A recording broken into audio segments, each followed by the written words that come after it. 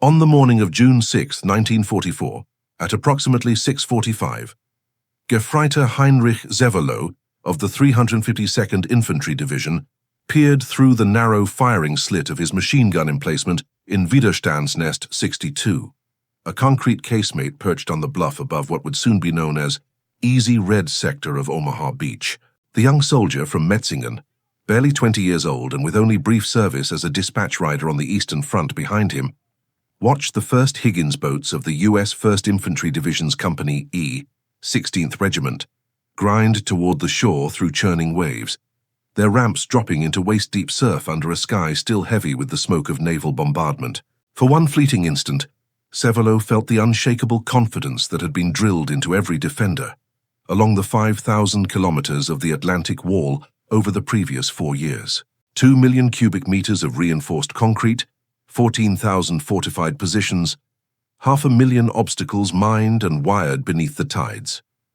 Field Marshal Erwin Rommel had inspected these very bluffs in April and declared them the strongest stretch of the entire fortress, capable of containing any assault within the first hour. Then the first American soldiers splashed onto the shingle, and in the 12 hours that followed, the most ambitious defensive system in military history was pierced at its most formidable point by troops who had never faced combat before. The Atlantic Wall did not crumble under overwhelming might. It was outmaneuvered by men who discovered that concrete, no matter how thick, could be approached from the one direction its designers had overlooked. For 4 years, the German High Command had clung to one profound, almost doctrinal belief, that concrete, when poured in sufficient volume and positioned with Prussian precision, could render any coastline impregnable against invasion. They had observed the partial failure of the French Maginot Line in 1940, but dismissed it as a tactical oversight, a matter of flanks left exposed rather than a flaw in the material itself. Adolf Hitler's Führer Directive 51, issued on November 3, 1943, transformed that belief into national policy, mandating the creation of Festung Europa, a continental bulwark from the Norwegian fjords to the Spanish frontier. Field Marshal Erwin Rommel, newly appointed inspector of these defenses and commander of Army Group B, was granted near absolute authority over resources and labor, drawing on the forced toil of over 600,000 French civilians and prisoners to pour 6 million tons of concrete into Normandy alone. 15,000 individual strongpoints dotted the coast, each a self-contained fortress, with interlocking fields of fire, casemates for machine guns and artillery, and observation posts to direct inland batteries. Rommel's personal mantra, repeated in every inspection from Denmark to Bordeaux, was that the battle must be won on the beaches within the first 24 hours before the enemy could consolidate a foothold. "The war will be won or lost on the beaches," he wrote to his wife Lucy on April 22, 1944, after touring the Calvados coast. "Everything depends on holding the first assault wave." By the spring of 1944, the sector encompassing Omaha Beach stood as the crown jewel of this vast endeavor. Stretching 5 miles from Vierville-sur-Mer in the west to Colville-sur-Mer in the east, it was guarded by 3 battalions of the veteran 352nd Infantry Division, a recently activated but battle-tested formation with over 6,000 combat-experienced troops drawn from the Eastern Front. Allied intelligence had anticipated only a static garrison from the weaker 716th Division, but in March, Rommel had quietly repositioned the 352nd forward, concentrating its 916th Grenadier Regiment along the bluffs. 5 primary Widerstandsnest, resistance nests, dominated the heights. WN-60 at the eastern flank, WN-61 and WN-62 in the center, overlooking the vital E3 draw to Colville, WN-65 guarding E1 at Saint-Laurent-sur-Mer, and WN-72 to the west near Vierville. WN-62 alone, the largest and most formidable, sprawled across 332 meters by 324 meters of elevated terrain, rising 12 to 50 meters above the tide line, armed with 2 75mm guns, 2 50mm anti-tank pieces, 2 50mm mortars, multiple MG-42 machine guns, and observation slits directing fire from inland 105mm howitzers at Houterville, 5 kilometers distant. 650,000 tons of concrete had hardened here since 1942, laced with barbed wire, minefields, and anti-tank ditches. Colonel Ernst Goth, commanding the 916th Regiment, positioned his men, many Osttruppen from the 716th, supplemented by the 352nd's Eastern Front veterans. In these nests, confident they could repel any landing, Rommel himself had climbed these cliffs in January and April, urging faster construction of rearward positions, but even he conceded in a May report to Oberkommando der Wehrmacht that this stretch resembled the Bay of Salerno, a proven killing ground from the Italian campaign, and thus merited special vigilance. The German planners calculated with meticulous logic. Any assault on Omaha would face a crescent-shaped amphitheater of death, a 300-yard expanse of exposed shingle raked by enfilading fire from cliffs rising 70 to 100 feet, funneled into 5 narrow draws, D1 at Vieuville, D3 at Les Moulins, E1 at Saint-Laurent, E3 at Colleville, and F1 in the east, that served as the only viable exits inland. Each draw was a natural choke point, mined and wired, with strong points like WN-62 commanding overlapping arcs that could shred landing craft before they reached dry land. Reserves from the 915th Regiment waited at St. Lo, 30 kilometers inland, ready to counterattack once the beachhead was contained. Hitler and von Rundstedt envisioned a mobile defense, hold the wall long enough for panzer groups like the 21st Panzer Division to arrive and crush the invaders in open country. Rommel dissented, advocating armored reserves within 10 kilometers of the coast to exploit the chaos of landing. But his pleas were overruled by a command structure paralyzed by Hitler's personal micromanagement.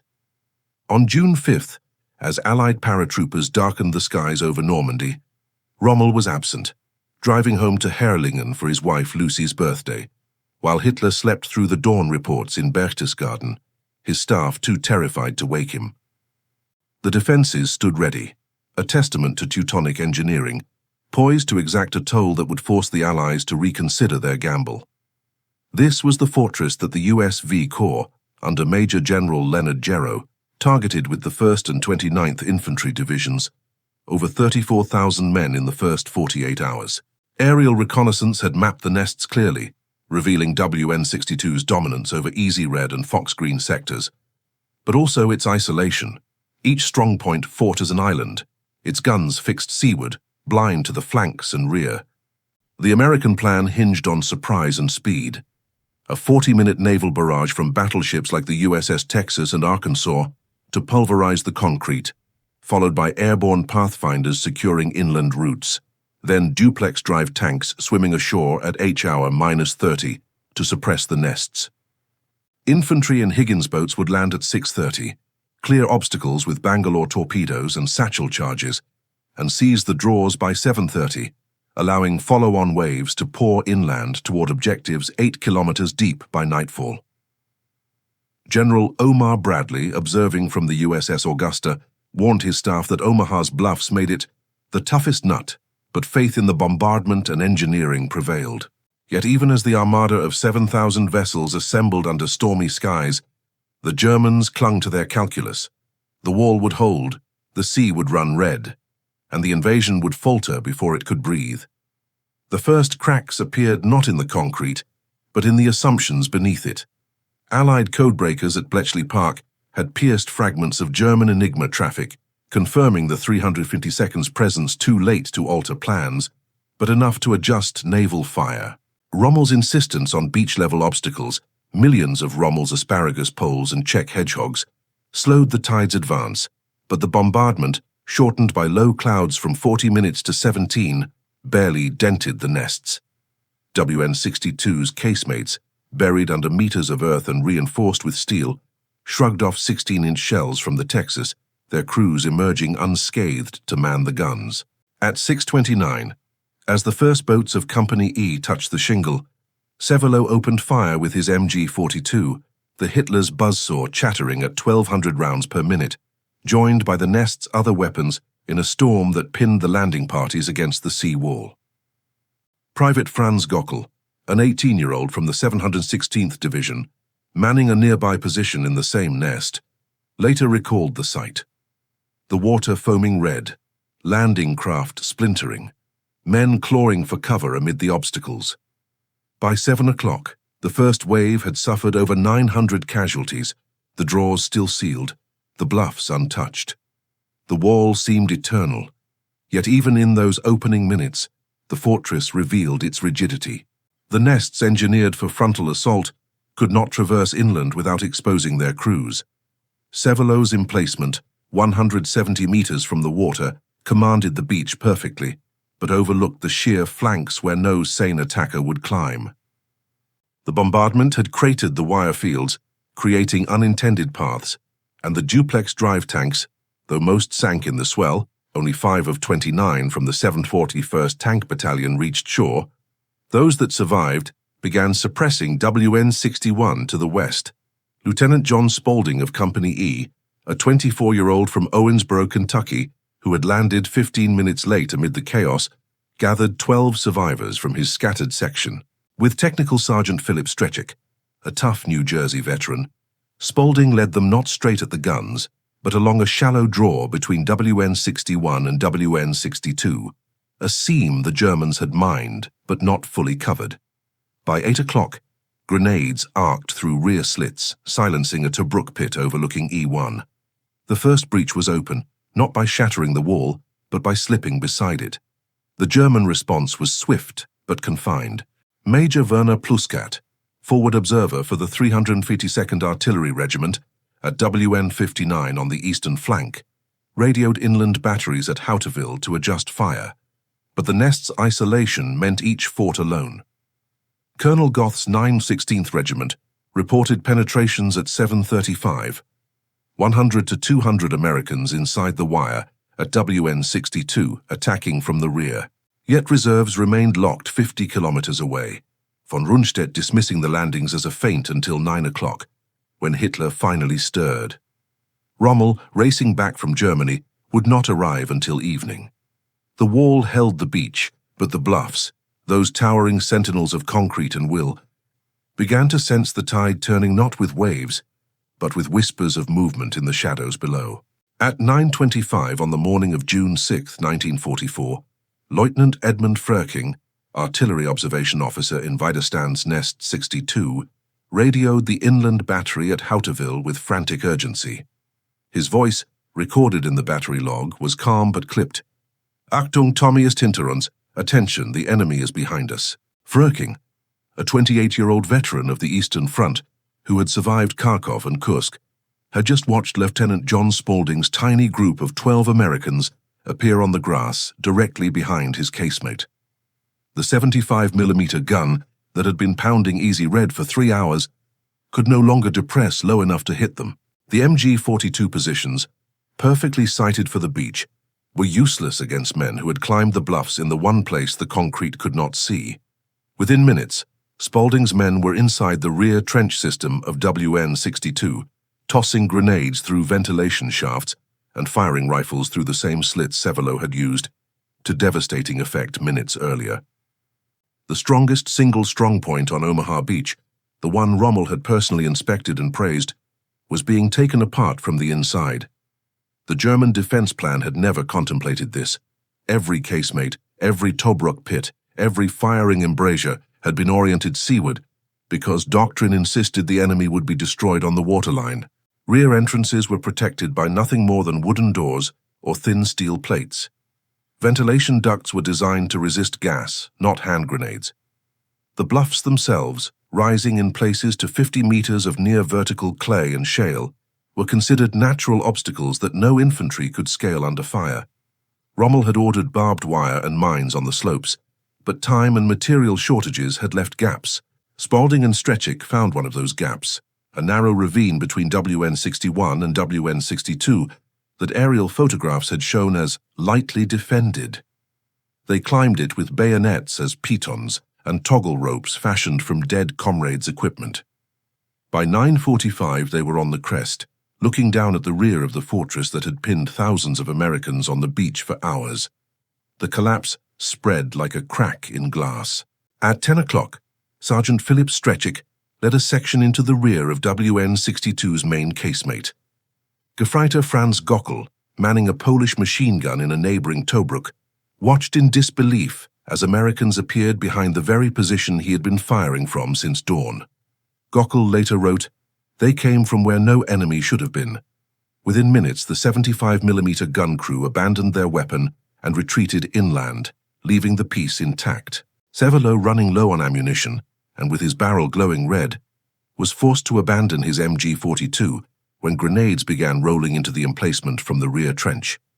By 10:30 WN-62, the linchpin of the entire central sector was effectively neutralized. The same pattern repeated across the beach. At the western end, Captain Joe Dawson of Company G, 16th Infantry Regiment, gathered 30 survivors and pushed up the bluffs between WN-65 and WN-66. Dawson, a soft-spoken Texan who had trained his men for 2 years in England, found a narrow path that German engineers had marked as impassable. By 11 o'clock, his company was on the high ground, cutting telephone lines and silencing observation posts that had been directing artillery onto the beach. At the eastern end, Lieutenant Monteith of the 16th Regiment led a similar climb past WN-60, using smoke from burning grass to mask his movement. By noon, the 5 main Widerstands nest that had dominated Omaha were either surrounded or abandoned. The German response was paralyzed by the very system designed to make it decisive. Every request for counterattack had to pass through Army Group B, then OKW, then Hitler personally. At 9 o'clock, von Rundstedt telephoned Jodl at Berchtesgaden, asking for release of the Panzer reserves. Jodl refused to wake the Führer. At 10 o'clock, the request was repeated. Still no answer. The 21st Panzer Division, stationed near Caen, received no orders until 2 in the afternoon, by which time American infantry were already 3 kilometers inland. The local commander, General Marks of the 84th Corps, drove forward himself to assess the situation and was killed by Allied fighter bombers near St. Lo at 4 o'clock.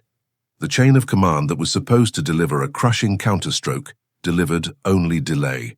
Meanwhile, the Americans adapted with a speed the Germans had never calculated.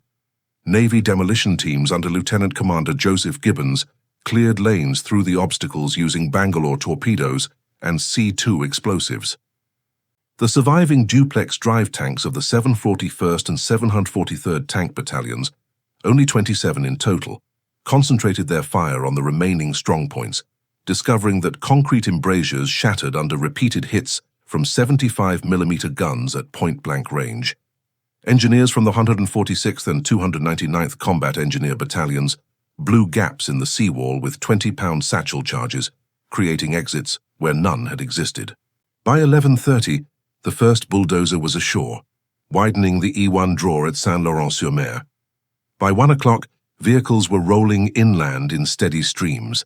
The psychological impact on the defenders was catastrophic. Oberleutnant Hans Heinze, commanding WN-65, radioed at 11:15 that his position was being attacked from 3 sides and requested permission to withdraw. Permission was refused. By noon, his men were surrendering in groups. Gockel, alone in his Tobruk after his crew fled, fired his last belt and then walked inland with his hands raised. Severlo, cut off and out of ammunition, slipped away through the fields toward Colleville, later claiming to have fired 12,000 rounds from his MG-42 and 500 from a carabiner 98K. Whether the exact number is accurate, the fact remains that by midday, the beach that had been a killing ground at dawn was becoming a highway. Rommel arrived back at his headquarters at La Roche-Guyon at 6 in the evening, still wearing civilian clothes from his trip home. His chief of staff, Hans Speidel, handed him the situation map. Omaha was marked in red ink, spreading inland like a stain. Rommel stared at it for a long time, then said quietly, "The first 24 hours have decided the war." He knew that once the bluffs were taken, there was no prepared second line. The concrete had bought time, but not enough. The Atlantic Wall had not been destroyed by battleships or bombers. It had been outflanked by small groups of men who discovered that the fortress, for all its millions of tons of concrete, had been built to fight only one way. At 4:30 in the afternoon of June 6, 1944, General der Artillerie Erich Marx, commander of the LXD Corps responsible for the entire Cotentin-Calvados sector, climbed into his staff car near St. Lo to drive forward and personally assess the situation at Omaha. He had spent the morning dismissing reports of enemy penetrations as local difficulties, confident that the 352nd Division would contain the landings on the beaches. By 3 o'clock, the messages had become impossible to ignore. WN-62 silenced, WN-61 abandoned, WN-65 surrounded, American infantry advancing inland in battalion strength. Marks, a one-armed veteran of Verdun and the Eastern Front, told his aide, "If we do not throw them back into the sea today, the war is lost." An hour later, as his car passed through the village of Formigny, a flight of P-47 Thunderbolts strafed the road. Marks was killed instantly, the first German Corps commander to fall on D-Day. His death symbolized the collapse that was already underway. The Atlantic Wall had lost its eyes, its voice, and its nerve in a single afternoon. By 5 o'clock, the 5 main draws that the Germans had calculated would remain closed for days were open and widening. D1 at Vierville, defended by WN-73 and WN-72, fell when Lieutenant Colonel Max Schneider's 5th Ranger Battalion, originally tasked for Pointe du Hoc, landed on the boundary between Omaha and Utah and pushed east along the coastal road. E1 at Saint-Laurent-sur-Mer was cleared by Captain Joe Dawson's Company G, after Dawson personally led a charge that silenced the last machine gun nest in WN-65. E3 at Colleville, the most heavily fortified draw, was forced open when the surviving tanks of the 743rd Tank Battalion concentrated their fire on WN-62's remaining casemates, while engineers blew the anti-tank wall with 24 pounds of C2. F1, at the extreme eastern end, was taken almost without opposition once WN-60 was neutralized from the rear. The German artillery that had punished the beach all morning began to fall silent.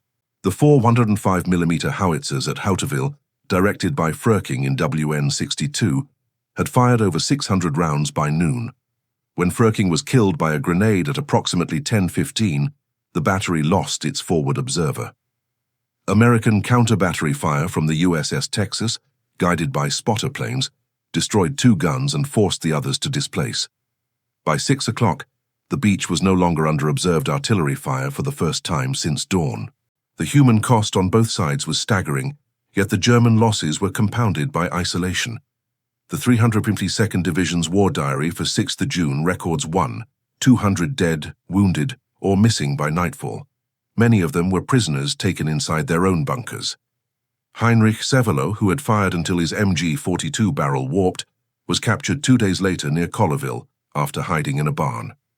Franz Gockel surrendered on the evening of the 6th, when American infantry appeared behind his Tobruk.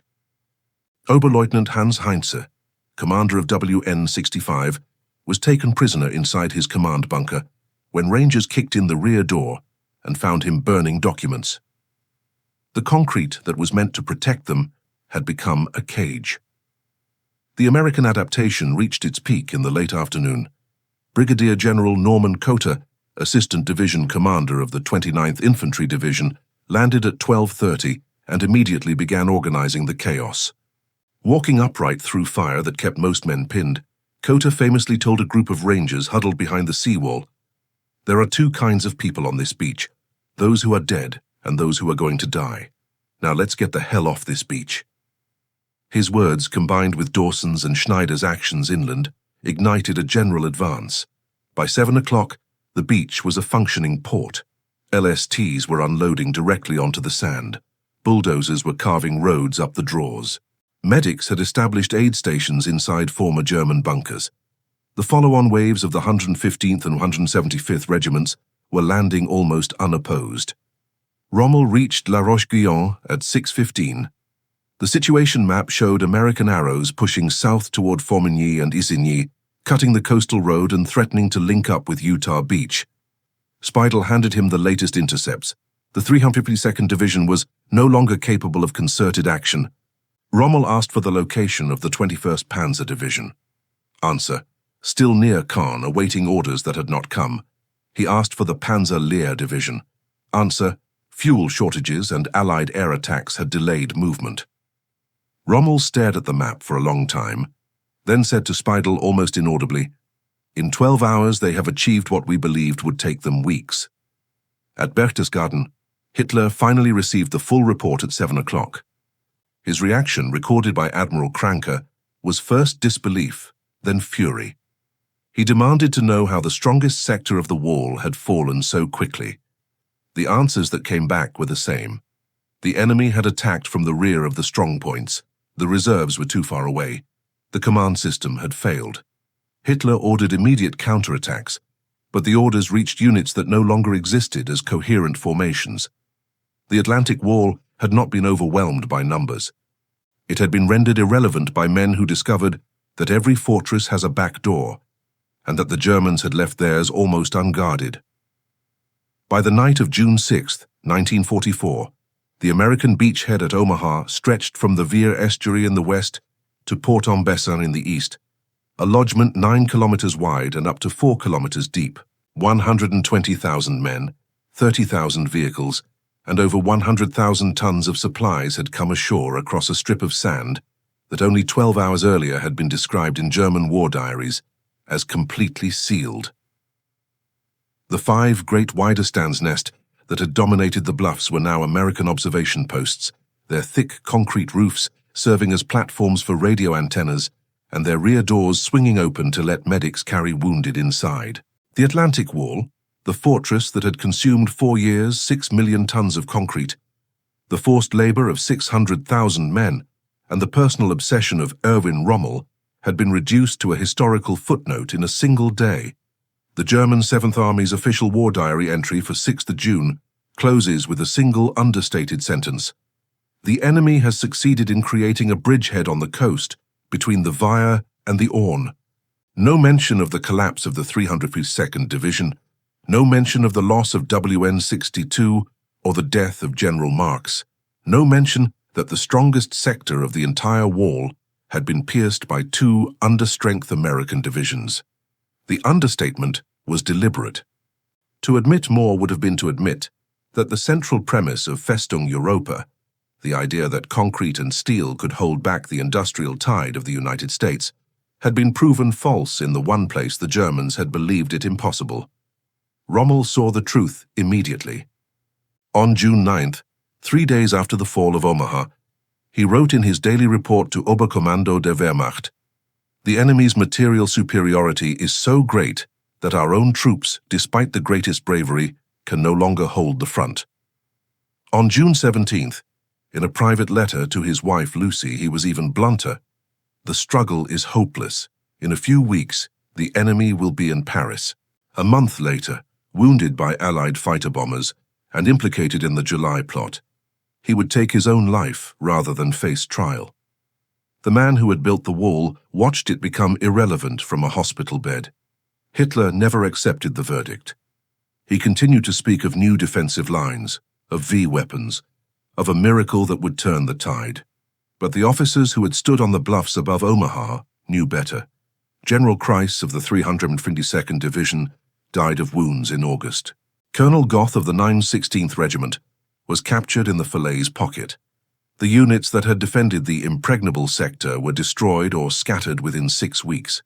The Atlantic Wall remained standing in places, its bunkers intact, its guns silent, but it had ceased to be a military obstacle the moment the first American reached the crest of the bluff unopposed.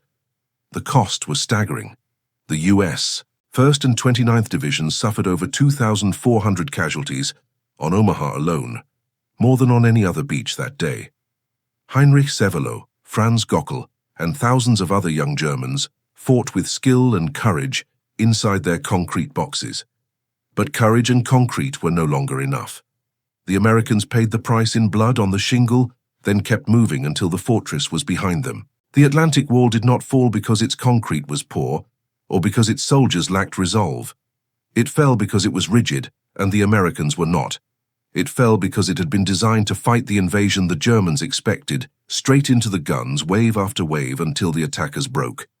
Instead, a handful of lieutenants and sergeants, Spaulding, Stretchik, Dawson, Cotter, found the one thing the wall could not stop: men who refused to accept that a wall was the final answer.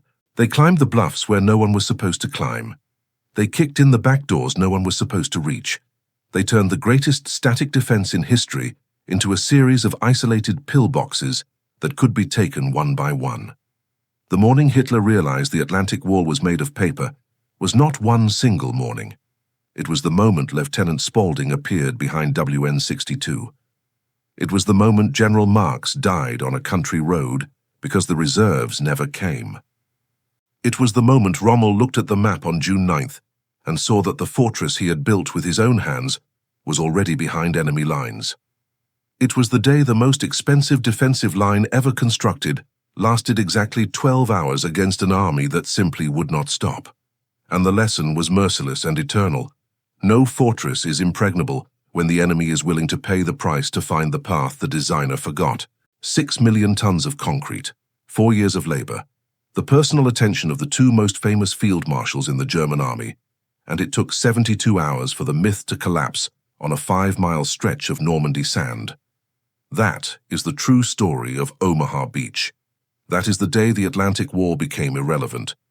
If these unflinching, minute-by-minute accounts of the moments everything changed are the kind of history you live for, hit subscribe and ring the bell. We release a new one every single week, and we would be truly honored to have you with us for the next turning point. See you there.